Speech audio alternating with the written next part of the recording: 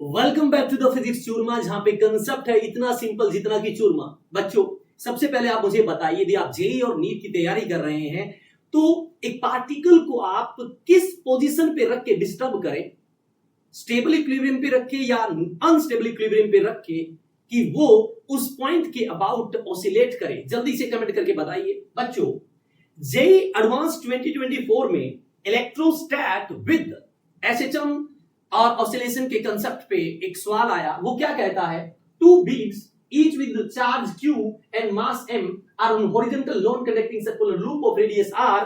जैसे कि ये नॉन कंडक्टिंग सर्कुलर लूप है, यहां पर एक चार्ज पार्टिकल क्यू रख दिया, यहां पे एक चार्ज पार्टिकल क्यू रख दिया, इसको फिक्स कर दिया और फिर कहता है एक फिक्स है, other perform small oscillation about it's equilibrium position. ये बोला कि इक्विलिब्रियम पोजीशन है, इसके अबाउट वो ऐसे ऑसिलेट कर रहा है। तो मैंने माना कि वो पहुंचा यहां पर, कितने एंगल के ऊपर पहुंच चुका है वो, थीटा एंगल पे मैंने मान लिया।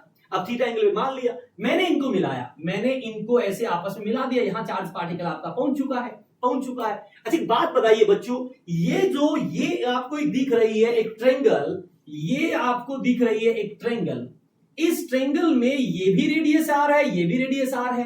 यदि दो साइड बराबर है ट्रायंगल के, उसके अंदर दो एंगल भी बराबर होंगे और हमें पता है दो इंटीरियर एंगल का सम एक्सटीरियर के बराबर होता है। तो यदि ये थीटा है तो इसके अंदर जो दो बराबर एंगल है वो बच्चों कितना होगा, theta by two. I hope आपको ये चीज समझ आ गई होगी, थीटा बाई टू। तो ये मैंने मान लिया थीटा बाई टू। अब ये जो आपका 2r है, स्मॉल डिस्प्लेसमेंट है, तो ये यहां पे स्ट्रेट लाइन परपेंडिकुलर हो जाएगा और ये थीटा के सामने वाला परपेंडिकुलर, तो ये आपका क्या हो जाएगा, बेस।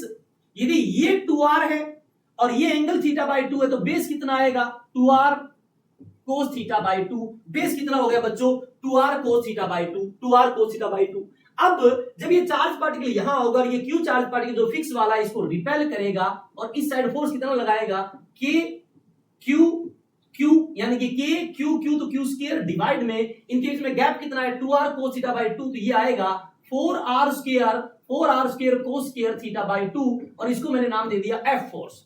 इसको नाम क्या दे दिया बच्चों, मैंने एफ फोर्स। अब इसी हॉरिजॉन्टल यानी कि इसी लाइन के साथ मैंने यहां पे एक पैरेलल लाइन खींच दी। यदि ये लाइन नीचे वाली इस एक्सिस के साथ थीटा बाई टू एंगल बना रहा है तो ये एक्सिस और ये एक्सिस तो पैरेलल है, तो ये एंगल भी कितना होगा, थीटा बाई टू होगा। तो अब यदि ये थीटा बाई टू है तो इस साइड जो फोर्स लगेगा वो तो आएगा F cos theta by two और ये जो मीन पोजीशन की तरफ फोर्स लगेगा ये कितना आएगा, F sine theta by two. यानी कि मीन पोजीशन की तरफ लगने वाला जो फोर्स है, वो कितना आया, F sine theta by two. और एफ कितना है, के क्यू स्क्वायर डिवाइड में 4r square cos square theta by two. ये तो एफ की वैल्यू है और जो मीन पोजीशन की तरफ लग रहा है वो है F sine theta by two. बच्चों, आई होप तो आपको यहां तक चीज समझ आ गई होगी। मैं कहूं एंगल वेरी वेरी स्मॉल है क्योंकि स्मॉल ऑसिलेशन दिया है अलोंग द लूप। देखो स्मॉल ऑसिलेशन यानी कि थीटा स्मॉल है तो थीटा बाई टू और भी छोटा होगा और थीटा बाई टू छोटा होगा तो साइन थीटा बाई टू को लिखेंगे थीटा बाई टू। और जब कोस के अंदर एंगल छोटा होता है तो कोस 0 1 होता है, तो यानी कि कोस थीटा बाई टू आपका 1 हो जाएगा। तो ये जो आपका फोर्स है ये क्या बचेगा, के q square sine theta by two को लिख दूंगा थीटा बाई टू और नीचे बचेगा सिर्फ 4r स्क्वायर। स्मॉल एंगल की वजह से ये जो आपका cos square theta by two है ये कितना हो गया बच्चों, 1 हो गया। तो अब मैं इस फोर्स को क्या लिख सकता हूं, इस फोर्स को बच्चों मैं क्या लिख सकता हूं, देखिए यहां पे इस फोर्स को मैं यहां पे लिख सकता हूं, आपका जो मीन पोजीशन की तरफ फोर्स लग रहा है वो कितना बन गया, के और एफ होता है m a is equal to k q square, नीचे 4 गुना 2 8 r स्क्वायर इनटू थीटा। बच्चों, मुझे पता है कि यदि मुझे ये निकालना है और यहां से ये मुझे पता है r है, ये भी आपका r है और ये डिस्प्लेसमेंट आपका जो मीन पोजीशन से वो थीटा है, तो ये r कितनी हो जाएगी, r थीटा। आर कितनी हो जाएगी आर थीटा, और ये जो आर थीटा ये मीन पोजीशन से डिस्प्लेसमेंट है, मीन पोजीशन से यानी कि जो डिस्प्लेसमेंट है वो मैंने एक्स मान लिया, और एक्स की वैल्यू कितनी आई आर थीटा, यहां से यहां तक का जो डिस्प्लेसमेंट है वो आर थीटा है, उसको मैंने एक्स मान लिया, तो एक्स आपका आर थीटा, बट यहां पे तो थीटा है तो मैंने आर से मल्टीप्लाई कर दिया और आर से डिवाइड कर दिया, तो नीचे बन जाएगा आर क्यूब, नीचे बन जाएगा बच्चों आर क्यूब, तो ये आपका फोर्स कितना बन गया, एम इज इक्वल टू क्या बनेगा, के क्यू स्क्वायर डिवाइड में 8 आर क्यूब, और ये जो आर थीटा है मीन पोजीशन से डिस्प्लेसमेंट है, इसको मैंने एक्स बोला है, इसको मैंने एक्स बोला है। अब सुनिए एम में बराबर आया k q square 8 r cube by x, तो मैं यदि यहां से ए की वैल्यू लिखना चाहूं एक्सेलरेशन की, तो ये जो एम है वो नीचे चला जाएगा, क्या आएगा के क्यू स्क्वायर एक्स डिवाइड में 8 आर क्यूब इंटू एम, ये आपका एक्सेलरेशन आ गया, कहां से मीन पोजीशन की तरफ, आपने डिस्प्लेस ऊपर कराया,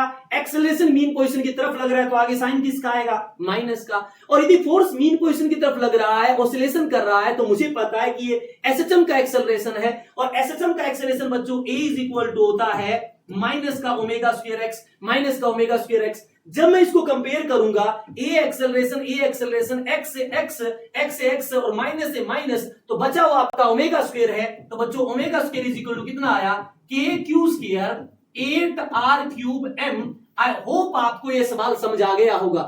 इसी तरह जेई एडवांस और नीट के सभी पीवाईक्यूज और कंसेप्ट को क्लियर करने के लिए जल्दी से फिजिक्स चूरमा को लाइक करें, सब्सक्राइब करें और अपने दोस्तों के साथ शेयर जरूर करें।